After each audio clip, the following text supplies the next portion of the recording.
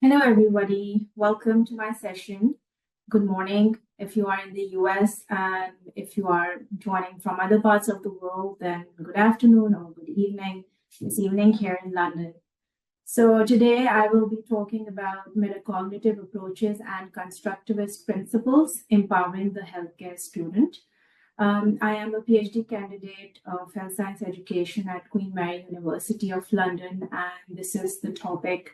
Metacognition is the topic that I am working on, so I'm very passionate about it, and I just wanted to share some insights with you.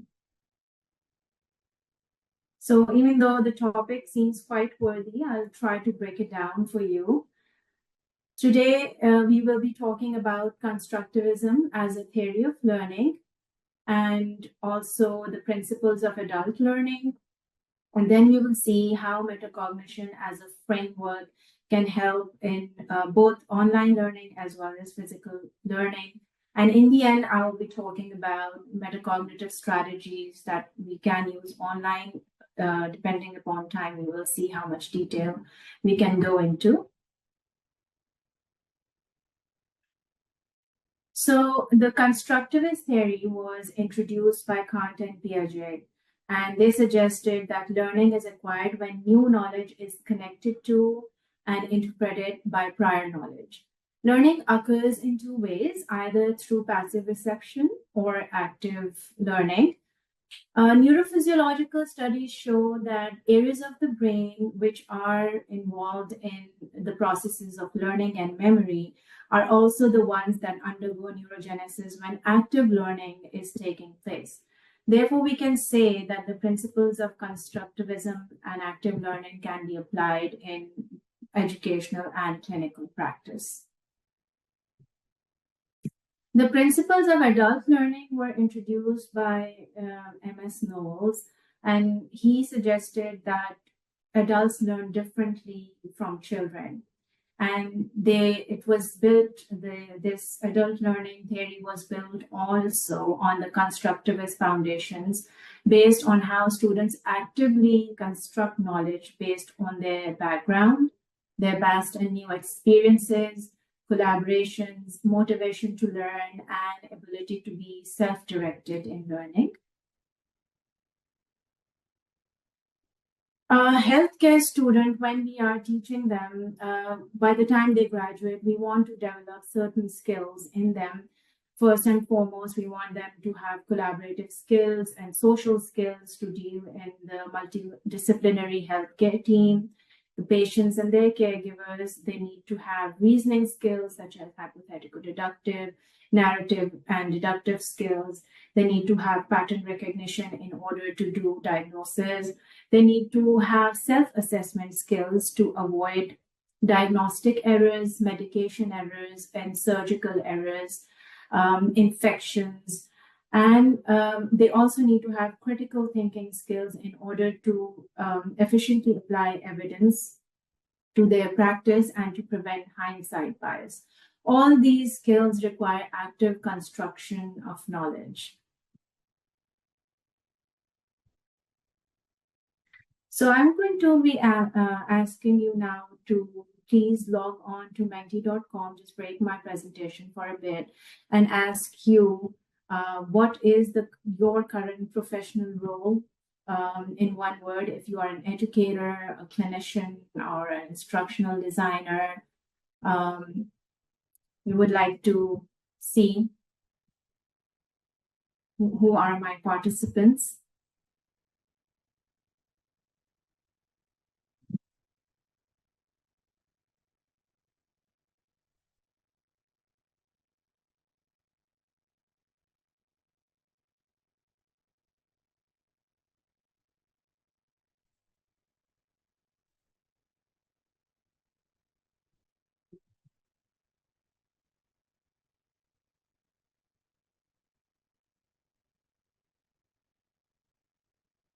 Yes.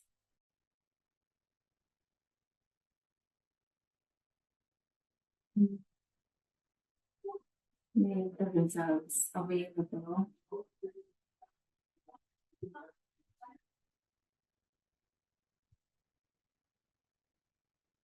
Okay.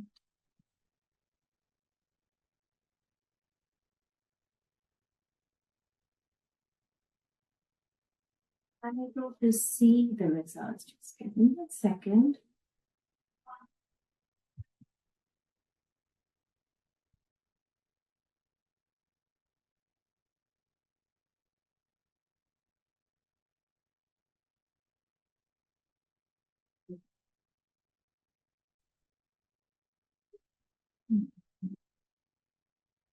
So there are educators, presenters.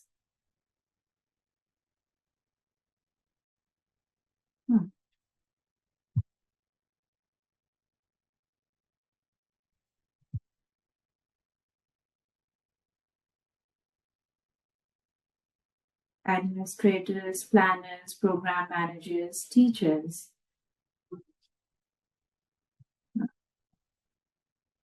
Thank you, but I am not sure why I cannot see it on the slide.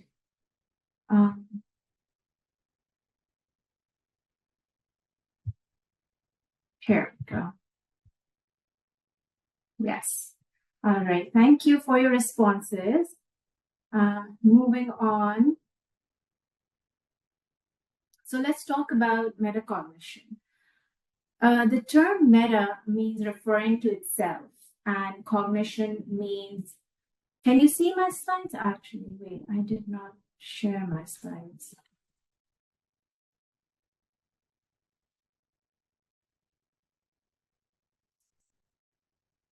Vision. Okay.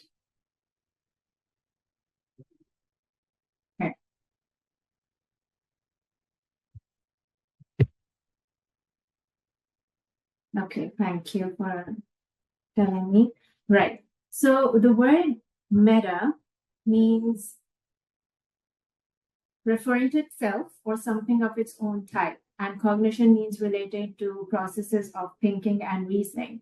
So the Cambridge Dictionary defines metacognition as knowledge and understanding of your own thinking. A lot of people have worked on metacognition. It is an area of cognitive science that studies learning, memory, cognition, and brain. Professor John Flavel famously described it as thinking about thinking. It allows individuals to predict, control, and explain their own cognition, the cognition of others, and cognition in general. And incidentally, our host organization is where Professor John Flavel is Professor Emeritus at Stanford University. He has done a lot of work on this. So there are a lot of types of instructors and learners. Metacognitive instructors are those teachers who may or may not be using metacognition in their teaching, but most teachers support metacognition without realizing it. So they are the tacit users of metacognition, those who are not aware of their own teaching or learning behavior, or they do not have a theory that supports or refutes their learning behaviors. So the danger in that is they might have false or maladaptive strategies. Aware users are those who have emerging recognition of metacognition and its constructive processes. And explicit users are those who have good background knowledge, have integrated system of theory, and they link evidence and data into their teaching or learning practice. So I'm going to ask you again to go on menti.com. You can scan the QR code. It's the same code, and categorize yourself whether you are a metacognitive, what kind of metacognitive learner or educator you are, a tacit one, an aware, or explicit one.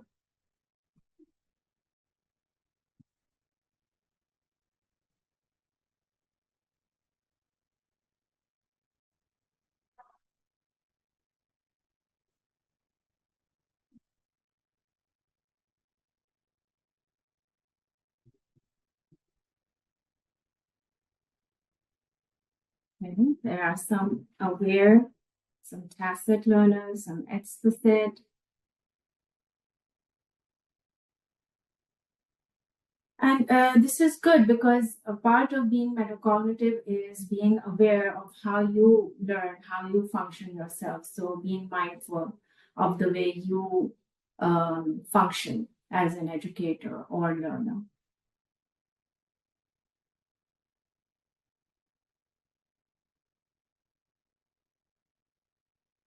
Okay, there are people, like I said, a lot of teachers do support metacognition and they do have some form of knowledge about this. And so I will discuss the framework of metacognition now. A lot of researchers, apart from Flavel, has also worked on them, and this is the framework that I am presenting to you. So metacognition is divided into metacognitive monitoring and control. And metacognitive monitoring can be further divided into knowledge of cognition and experiences of cognition. And metacognitive control is also known as metacognitive regulation or metacognitive skill.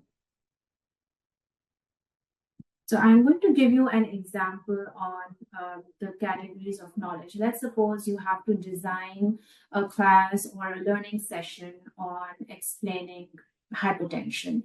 So your metacognitive knowledge at the level of the person would be the background knowledge that you have about the anatomy, the physiology, and the pathophysiology of the cardiovascular system.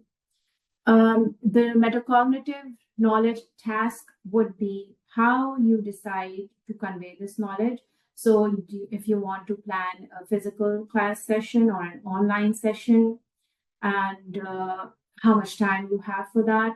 Strategy would be what particular strategies you will be using to convey that knowledge. For example, you decide that for your online class, you will be showing a video and then you will be asking for some responses from your learners. And that would be your strategy. Experiences can be divided into feelings and judgments. So feeling of familiarity or confidence or feeling anxious before you start your session. Judgments are estimates of how much effort or time is required as judgment of difficulty level. And so, for example, you can decide on how much time you might need for the particular strategies you want to use during your session.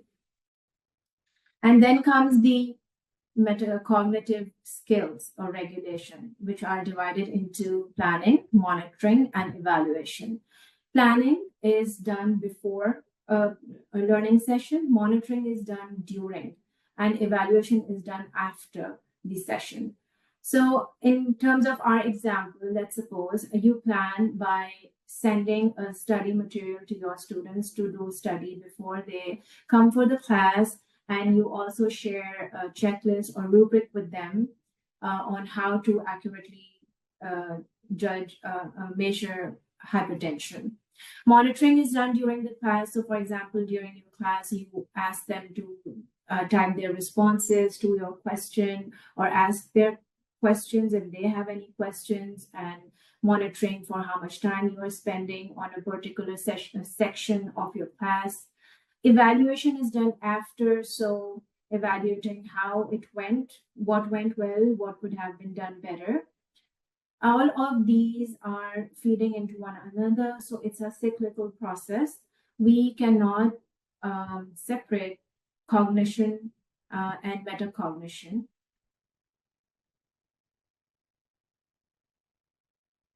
And therefore, whatever you have done in that particular session, it will feed on, it will improve your metacognitive knowledge, and then it will also help you in regulating your metacognition to provide a better session the next time. So metacognition can be helpful both for students and for instructors as well. So metacognition, most of the studies on metacognition have been done in the schools on children. Now in the UK, they use metacognitive framework in the schools, but that is not to say that just because the students know what metacognition is, that they can apply it to all all levels and all types of learning. So there have been studies on metacognition in the higher education setup, mostly in psychology, but some in engineering, mathematics, physics, etc. But most of them are directed towards students. And there is no research, as far as I know, in the healthcare setup on utilizing metacognitive strategies. Also, most of the studies that have been done talk about the metacognitive skill portion, that is the planning, monitoring, and evaluating, and very few discuss metacognitive experiences and the metacognitive knowledge portion. So why should we use metacognition? Because it is low cost, high impact, and it is evidence-based, and it is an underutilized strategy for learning. The impact was shown by Professor John Hattie when he was comparing different educational methods for their effect sizes. The average effect size he found for effective strategies was 0.4, and he reported an effect size of 0.7 for metacognition, which shows a strong positive influence on student learning.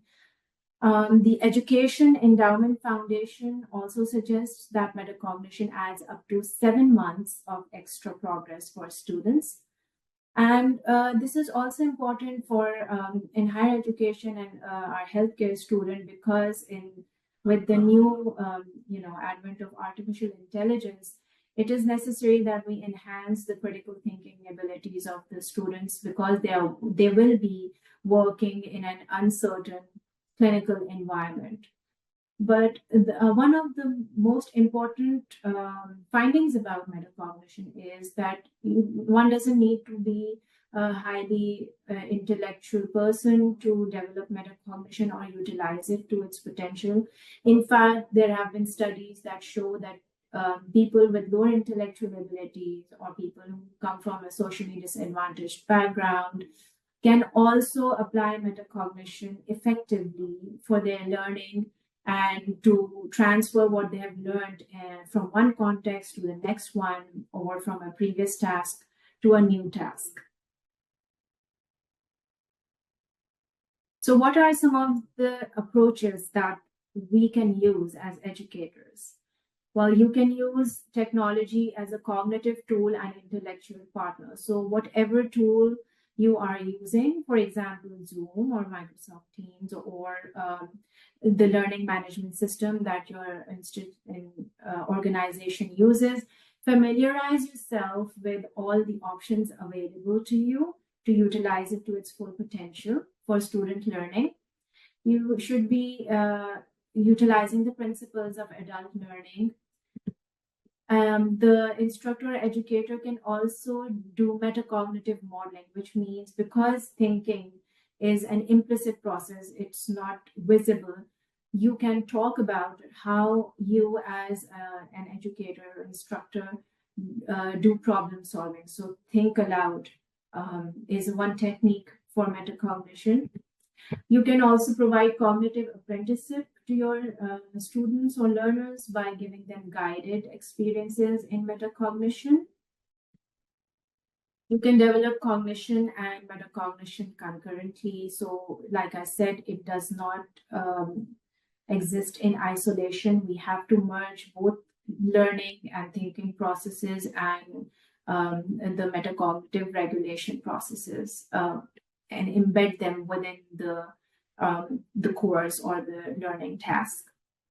But we should also, we can break it into simpler steps. So that means it will be easier for students to understand it, and provide a psychologically safe environment to your learner, whether it be a physical environment or an online environment. And be mindful of the cognitive load. So cognitive, by that I mean we should not give them so much information that there is an information overload. This was also discussed by Vygotsky, where he calls it zone of proximal development, where he suggests that whenever we are giving a particular learning task, the level of challenge should be appropriate. If it is too difficult, then the learner is going to abandon their learning strategy. And if it's too easy, no significant learning is going to take place.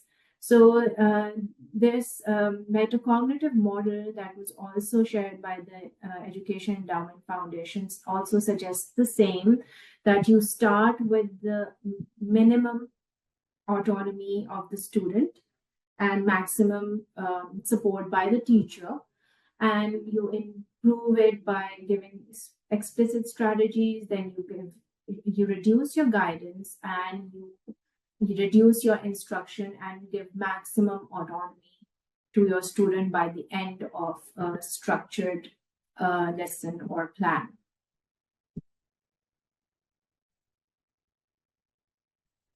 In the online learning environment, we need to be mindful of the learning and interaction methods we are employing as educators.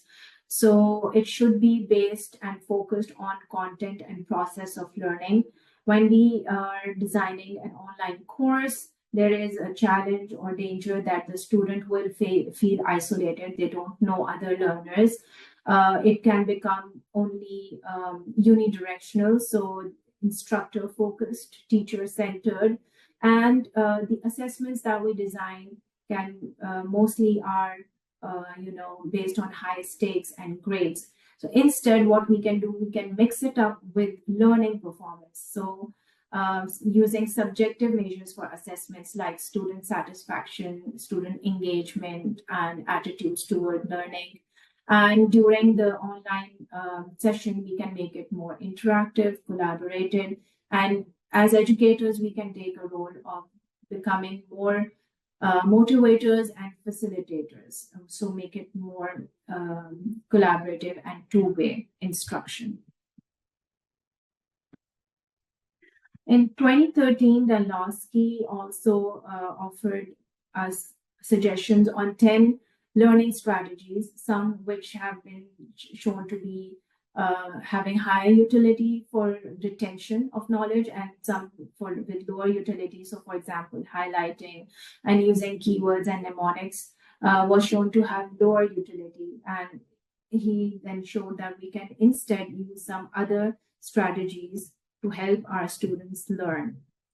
I have given a list of strategies in the handout that we can also see. Please open your handouts, or we can see on here as well.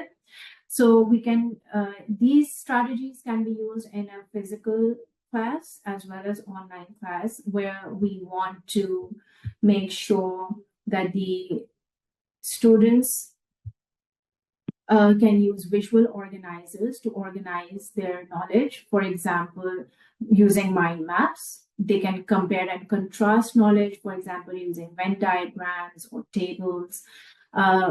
There is a lot of emphasis that you can do questioning in a way that informs learning.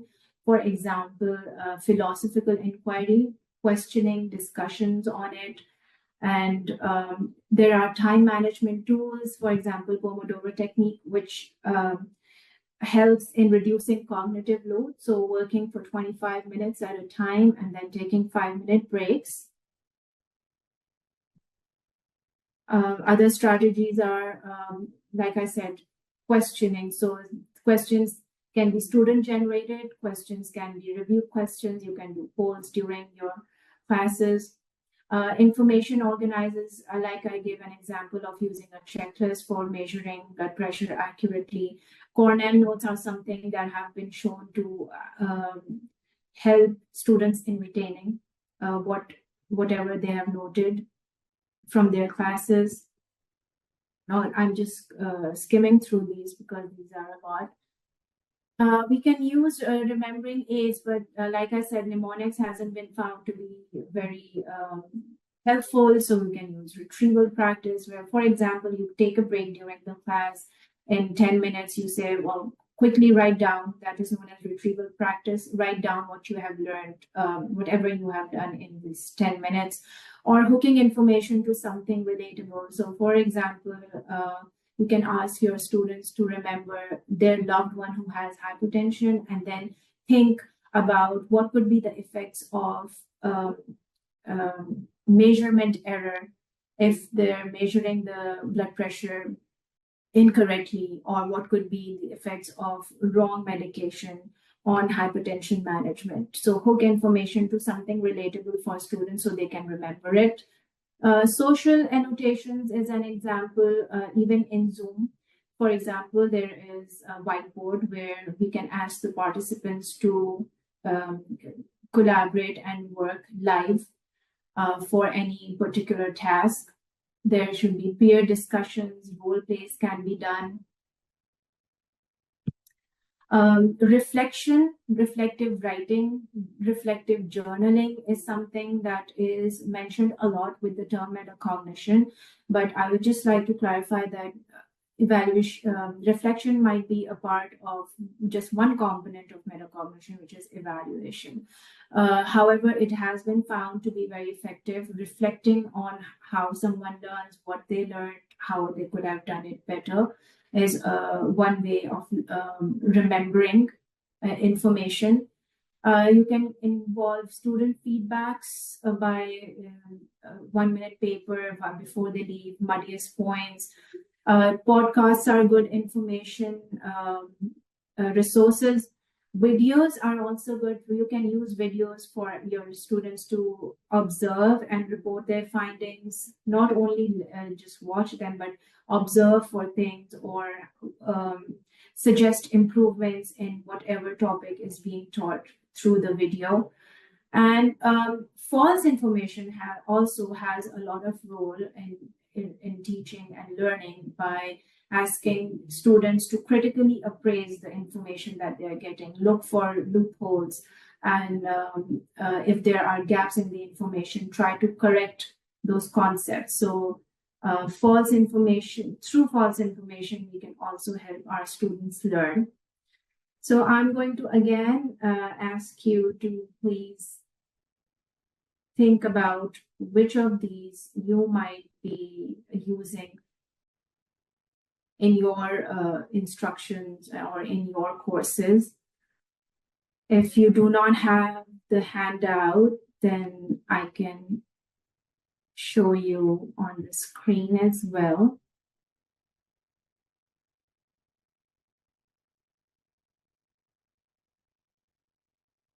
So let me see if you are able to respond to.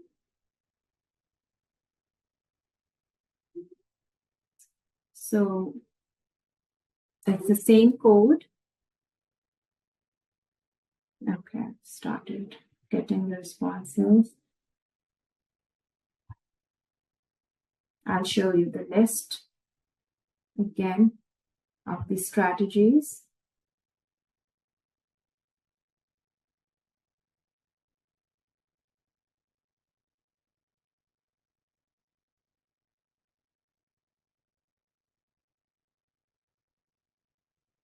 Then after this, I will take any questions that you have.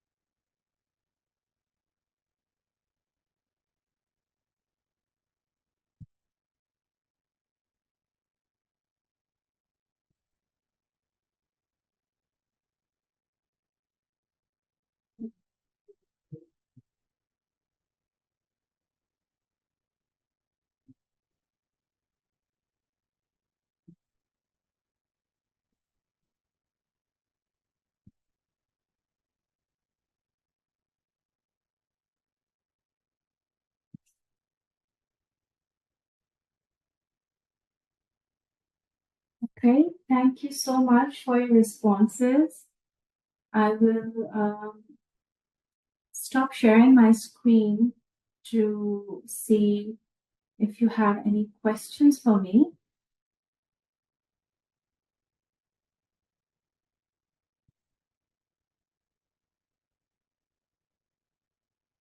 Okay, so, right, can you expand on the monitoring aspect? How is this achieved from a practical standpoint for healthcare students? So, like I said, that monitoring is done during a learning session or activity, and it depends on the kind of activity that is being done. As an instructor, you can give them, for example, checklists or rubrics to monitor how they're doing. Or one way of monitoring is that you have peer support, peer-led teaching sessions. That's a way that peers can support in group settings. In online setting as well, there can be, again, rubrics that you can use. You can use live collaboration tools that helps in monitoring. So it depends on the kind of activity, the kind of learning that happens. And also, like I said, we have to increase the student uh, autonomy. So initially in the earlier years, first year, for example, there's more guidance. And by the end of their program, there's more autonomy for the student. So it also depends at what stage, what level you are providing them opportunities to monitor their own learning. I hope that answered your question. For the metacognition topic, what does it mean to say that it adds up to 7 months of extra progress? This study shows this was reported by Education Endowment Foundation based in UK.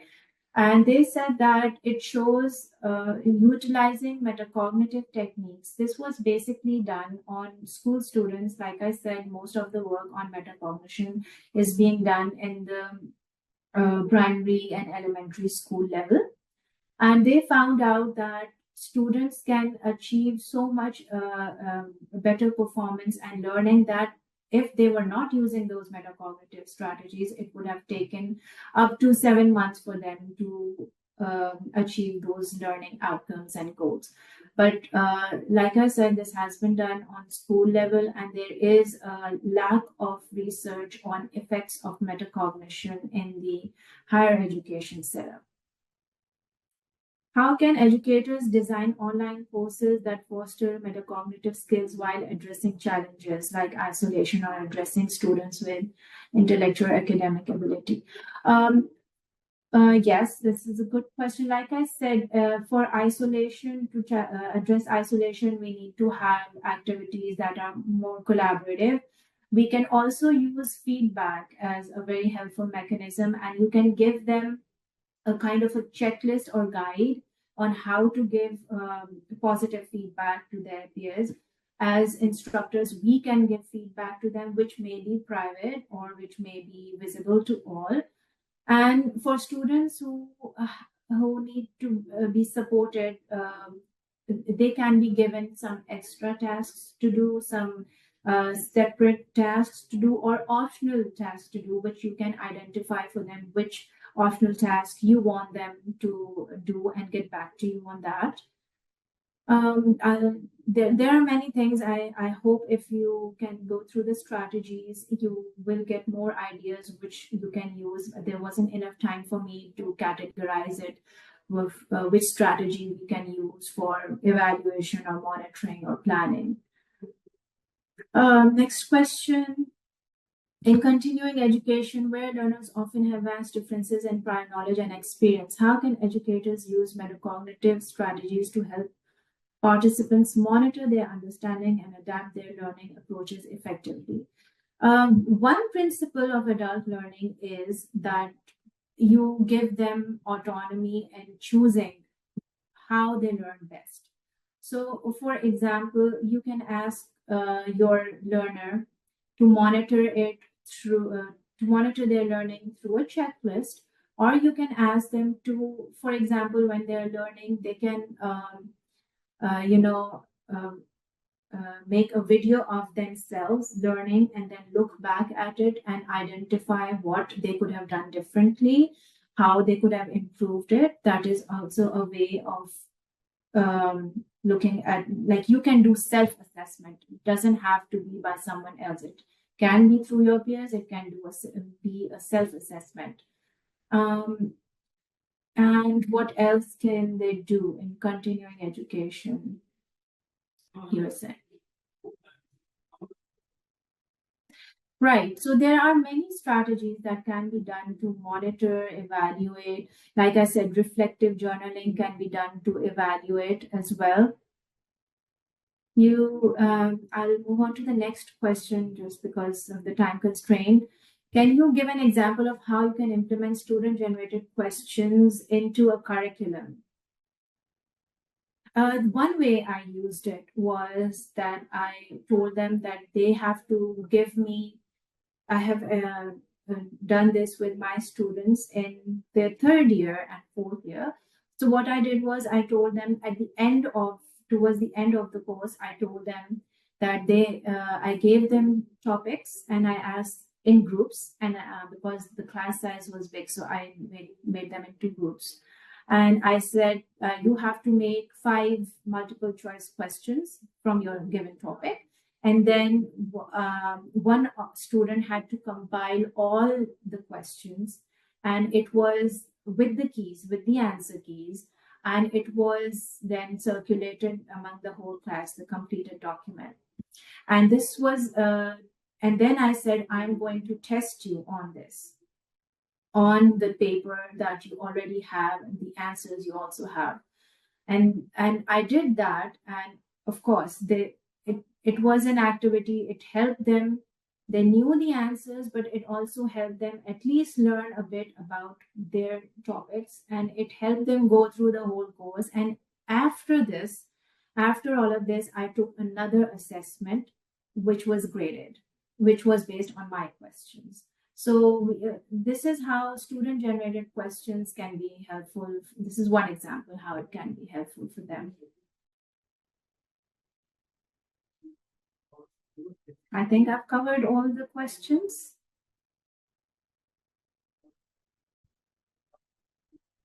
All right. If there are any other questions, if any of you would like to contact me, you can email me. I will share my email in the chat, or you can find me on LinkedIn as well.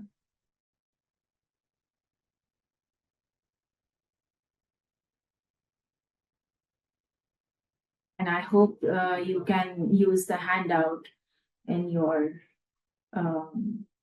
teaching or your learning, and it will be helpful. Thank you so much for coming to my session.